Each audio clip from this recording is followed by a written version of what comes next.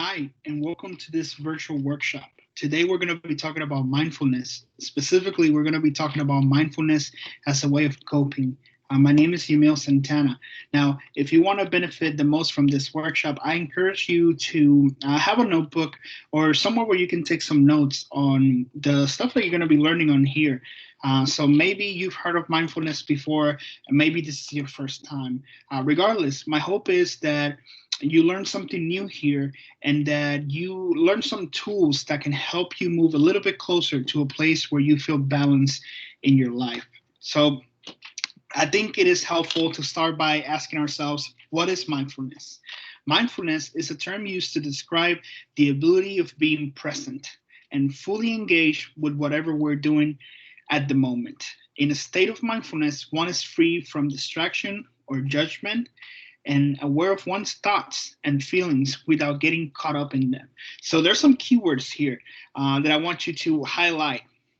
First is that mindfulness requires you to be present. And second, engage.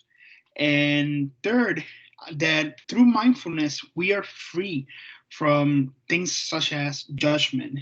And lastly, that it will help us not to get caught up with the things that are going on in the moment. So, what does all that mean? So, I basically just said a bunch of keywords and tied them back to mindfulness. But what does it mean?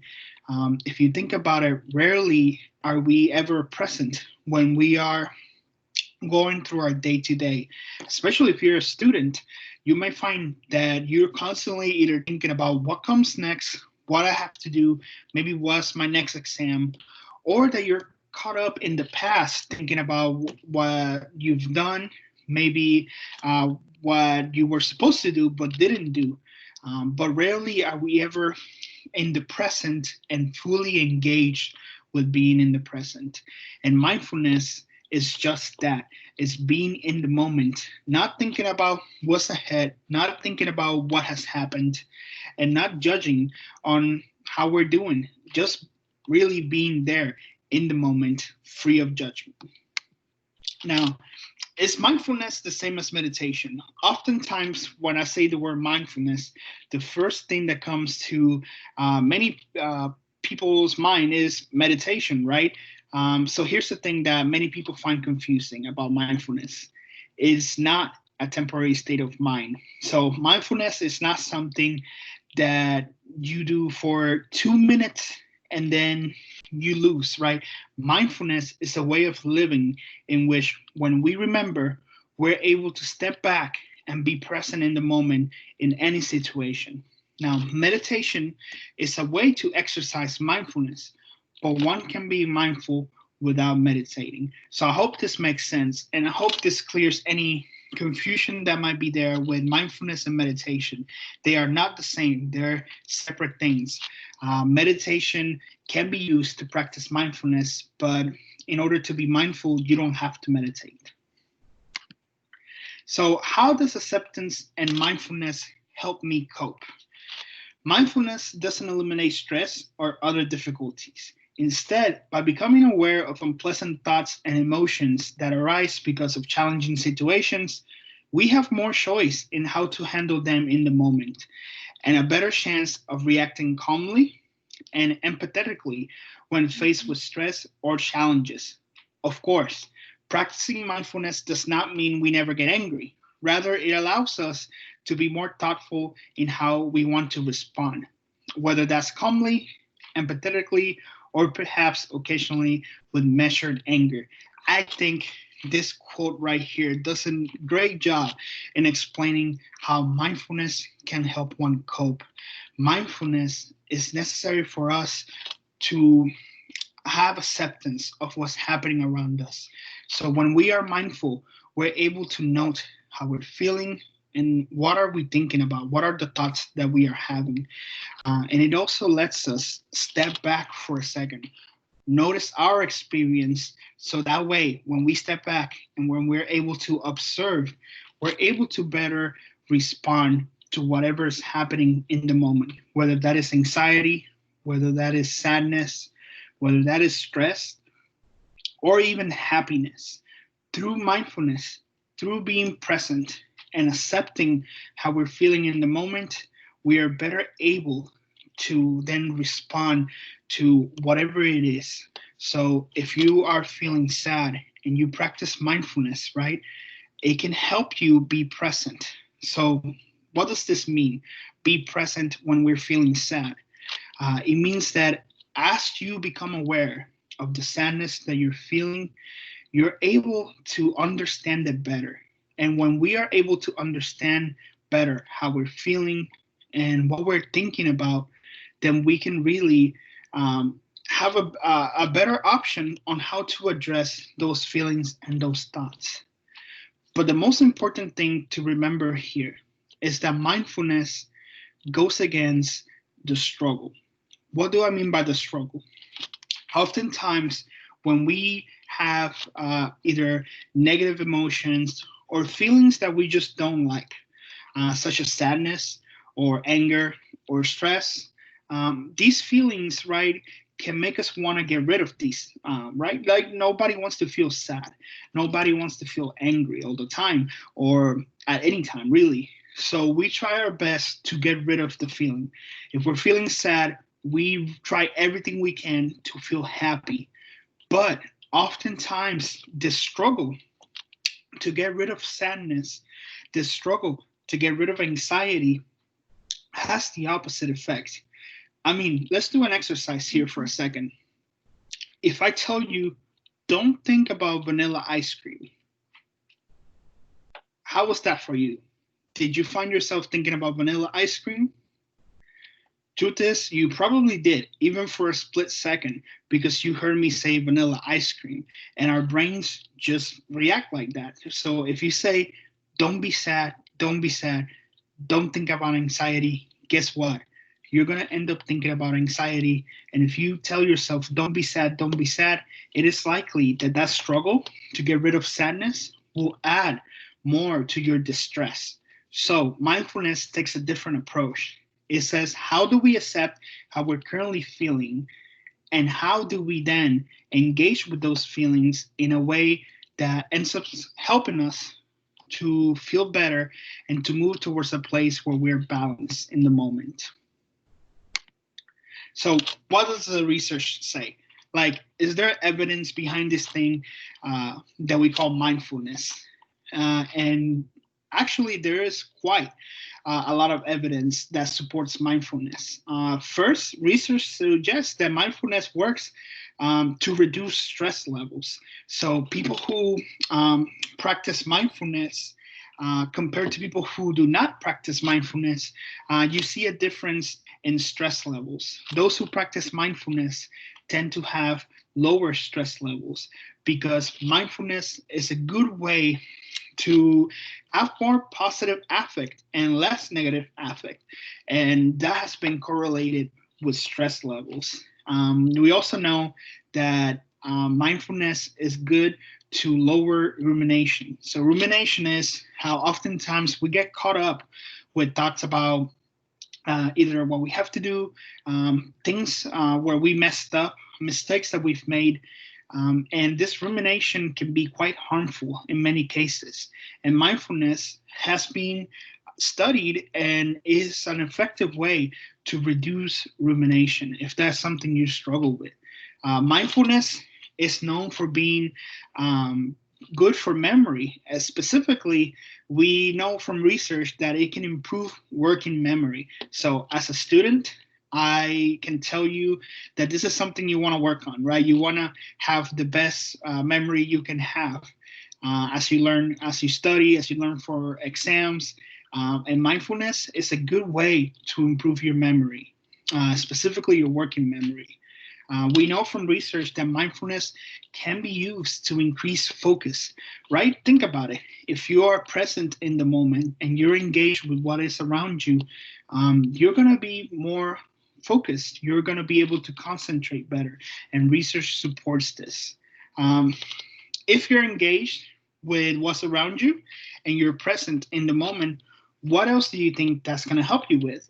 And that's my next point here. It will help you form better relationships because if you are thoughtful about the things that you say, if you are attentive to what someone's telling you, then you're gonna come across as someone who's engaged, and you're going to be able to have deeper interactions with the people around you.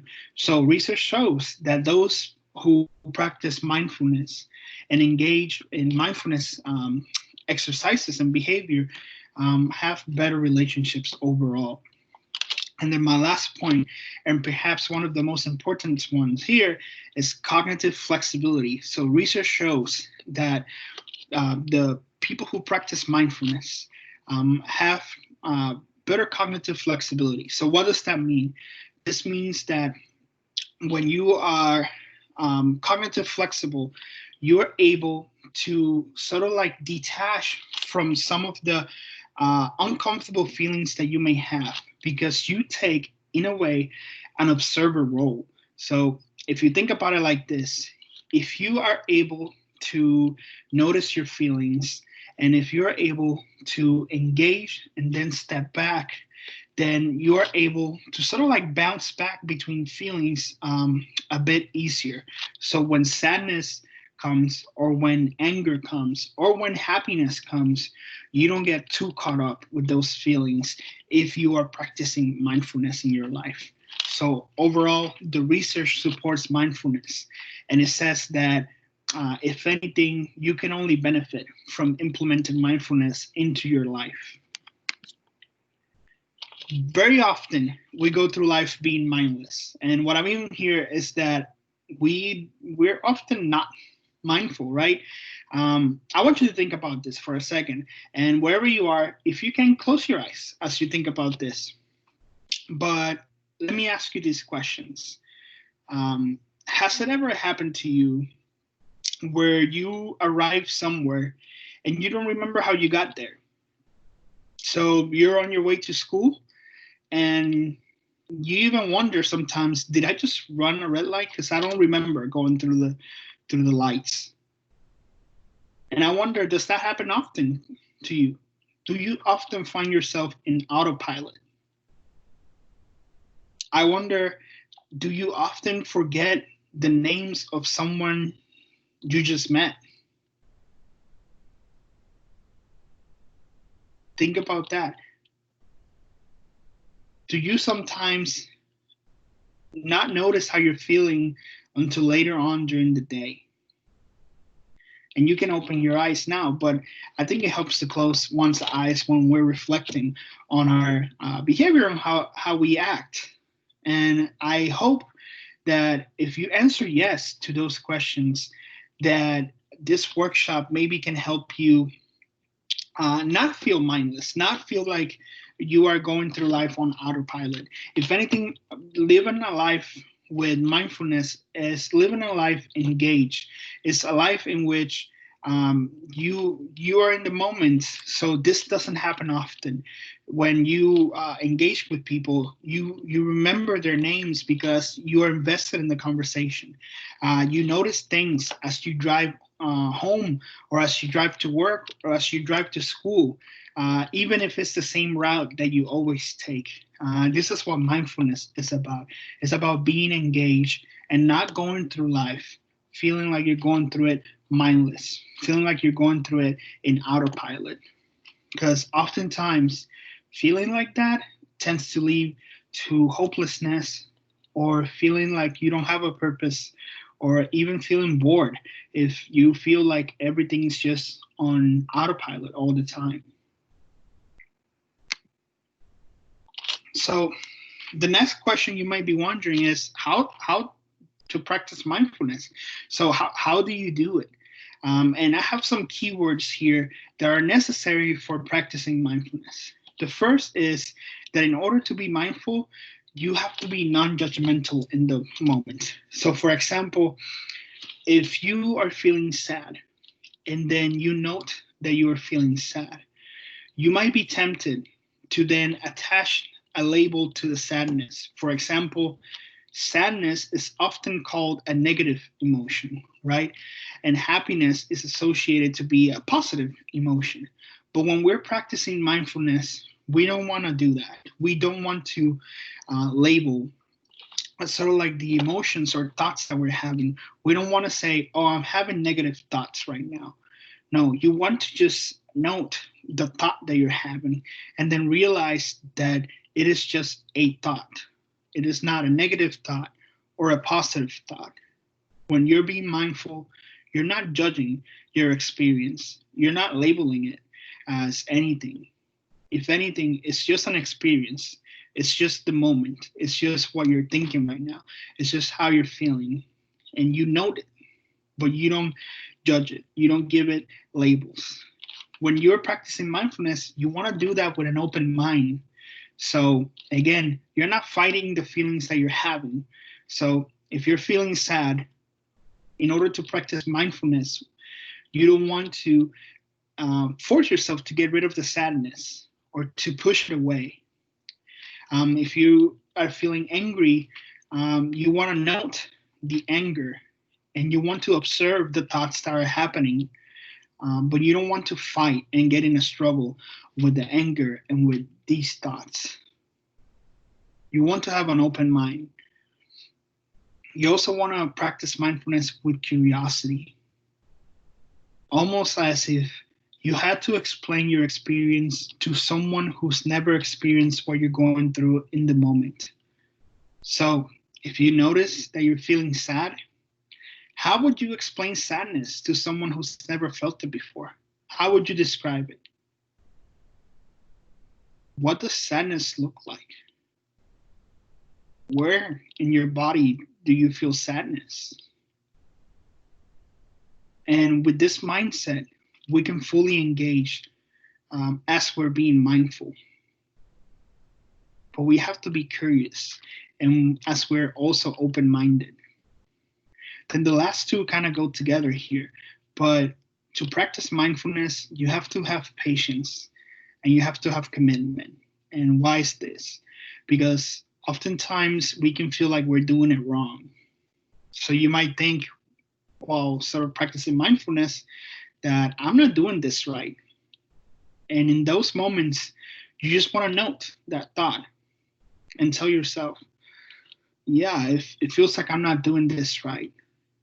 And then you want to let go of that thought.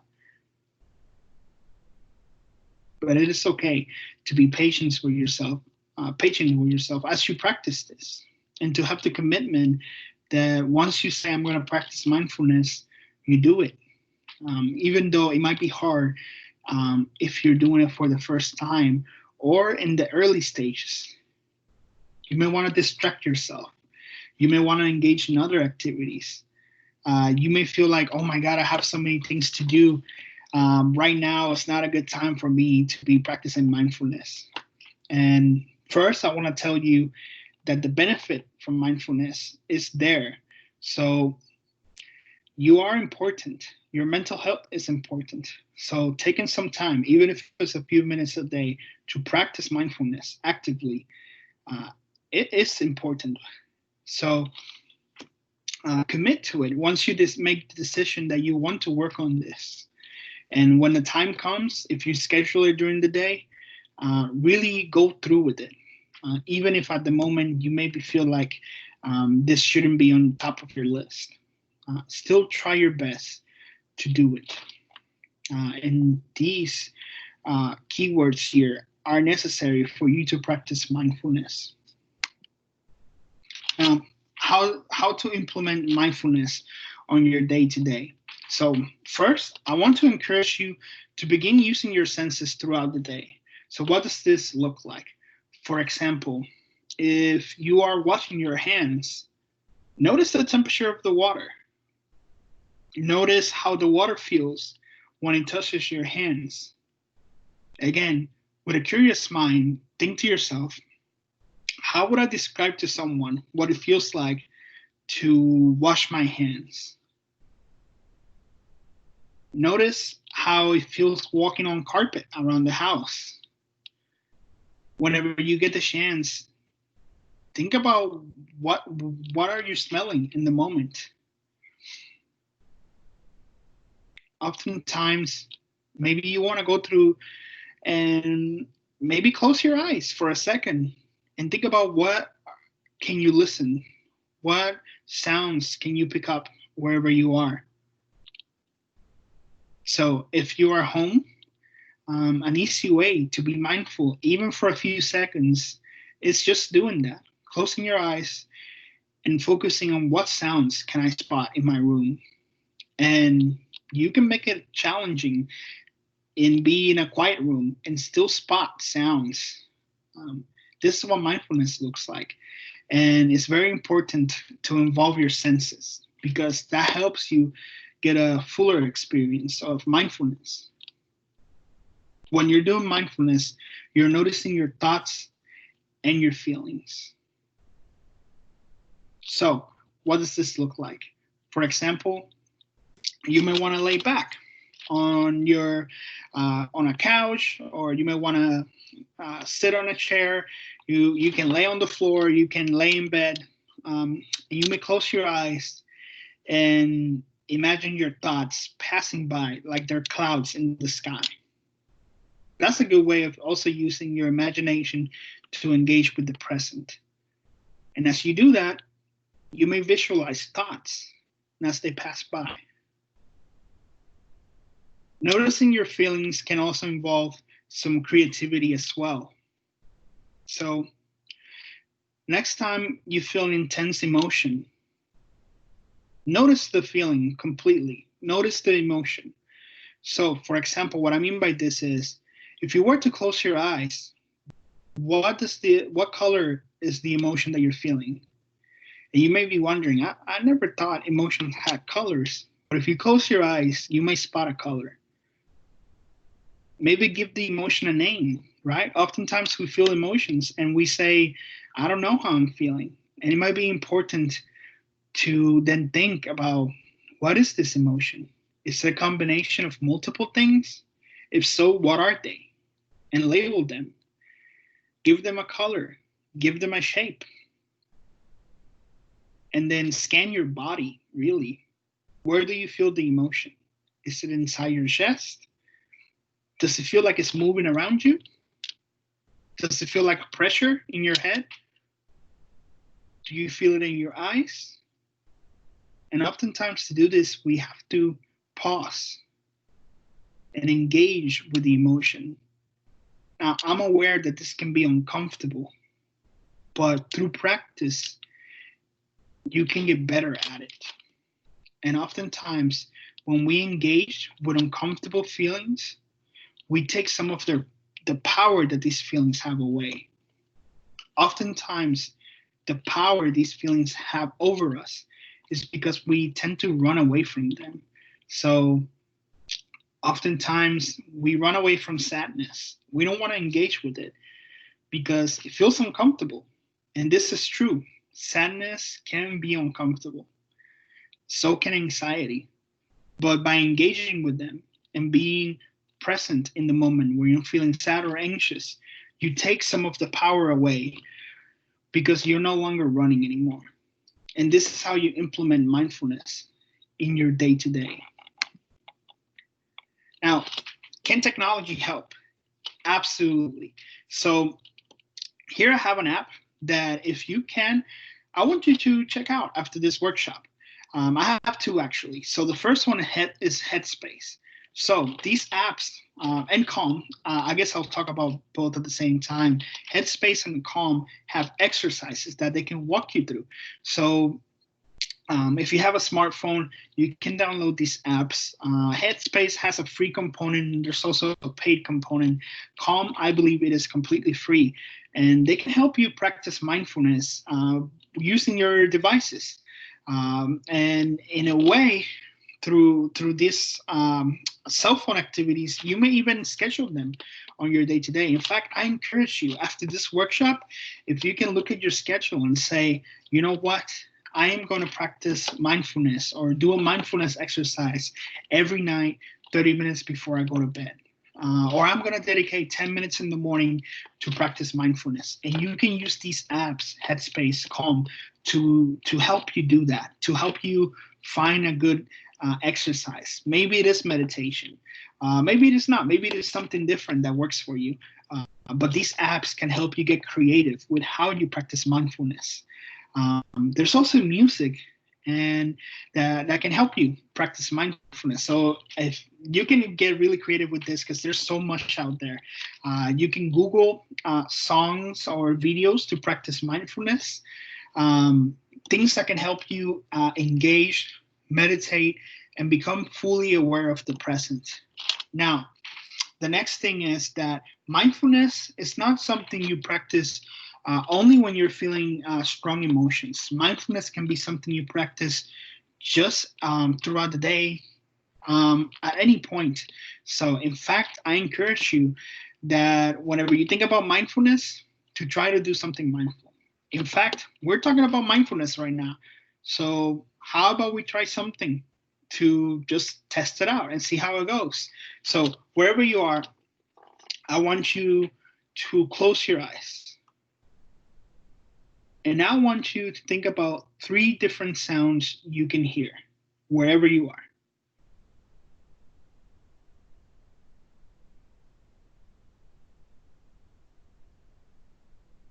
All right, I'll give you 10 more seconds to pick out 3 sounds wherever you are.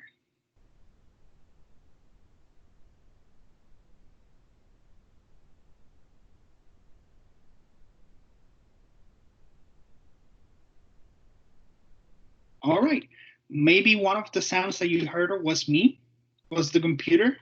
Maybe it was your AC. Maybe it was something outside. Maybe something in your room making noise. But describe to yourself what you heard. What was the volume? Was it low? Was it high? Which one came first? Now, I want you to do something different. You can open your eyes. I want you to find 4 things in your room or wherever you are that you can touch. 4 different things. And as you do that, I want you to really describe to yourself, what are you touching?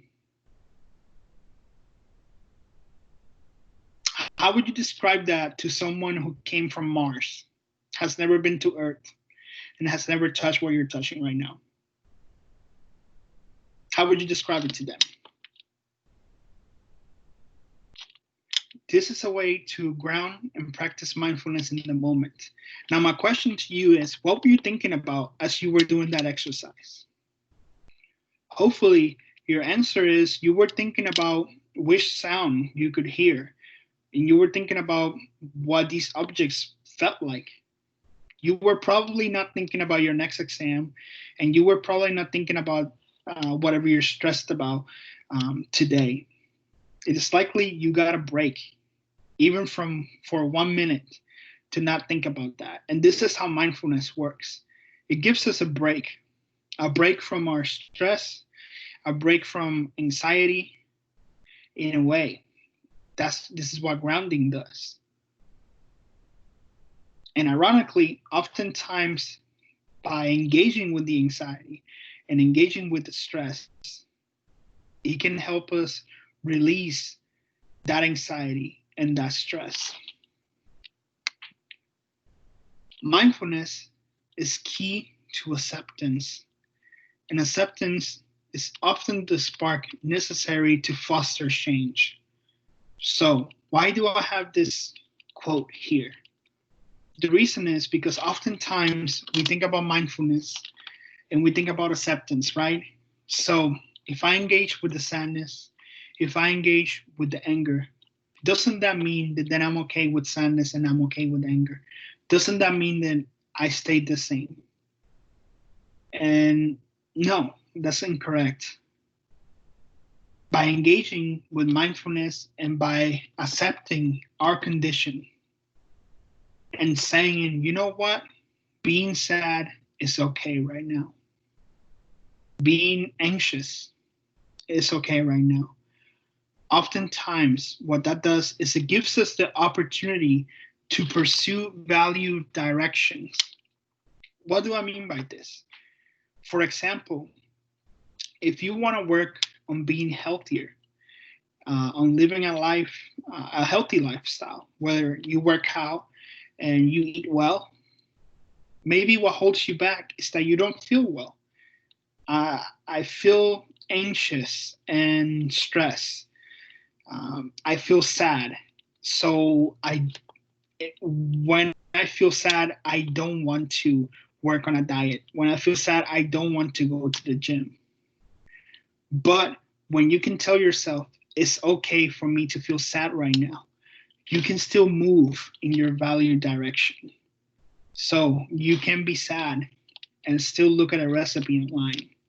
And that's what mindfulness and acceptance does. It helps you accept the painful things that come with life, but it also gives you the opportunity to move to a place that you value and that can add meaning to your life. And this is what mindfulness is. And this is how mindfulness can be used as a way to cope. So I hope that through this workshop, you learn a little bit about mindfulness and you learn about how you can use it to deal with whatever is happening, whatever challenges are happening for you right now. Again, mindfulness is all about being present. It's all about being in the moment and accepting your current experience for what it is. But it is also the catalyst for change, for behavioral change, and for you to move to a place where you feel like you're living a more meaningful life and that you're engaging in everything that you do. So I hope this was helpful to you. I do want to provide some information here. If maybe you haven't spoken to a counselor before and this is something you're interested in, I have the number for student counseling and psychological services here. If you're a student at AU, you have, and you're currently enrolled, you have free access to these services. And we can help you at the counseling center to talk to you on whatever concerns that you may be having right now. There's also the number to Student Health Services, which maybe as you think about mindfulness and as you practice it, you notice that you're still having other things come up, whether that is pain or feelings and thoughts that maybe are becoming overwhelming. I encourage you to contact these numbers to seek further help.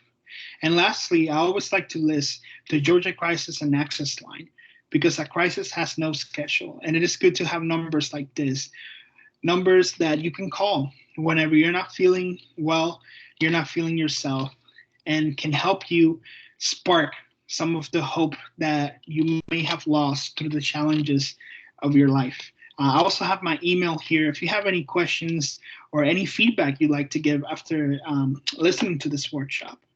I hope that if you have a phone on you or a notebook, you can write these down, even if you think this might not be helpful to you. Because who knows if you ever encounter someone who might need these resources. And then you can say, hey, I have these numbers for you, and you might find this helpful. Anyway, I hope you find these helpful. I hope you're able to start practicing mindfulness and incorporating it to your daily life. And I hope that through that, you move a little bit closer to feeling balance in your life. Have a good day, and thank you for tuning in.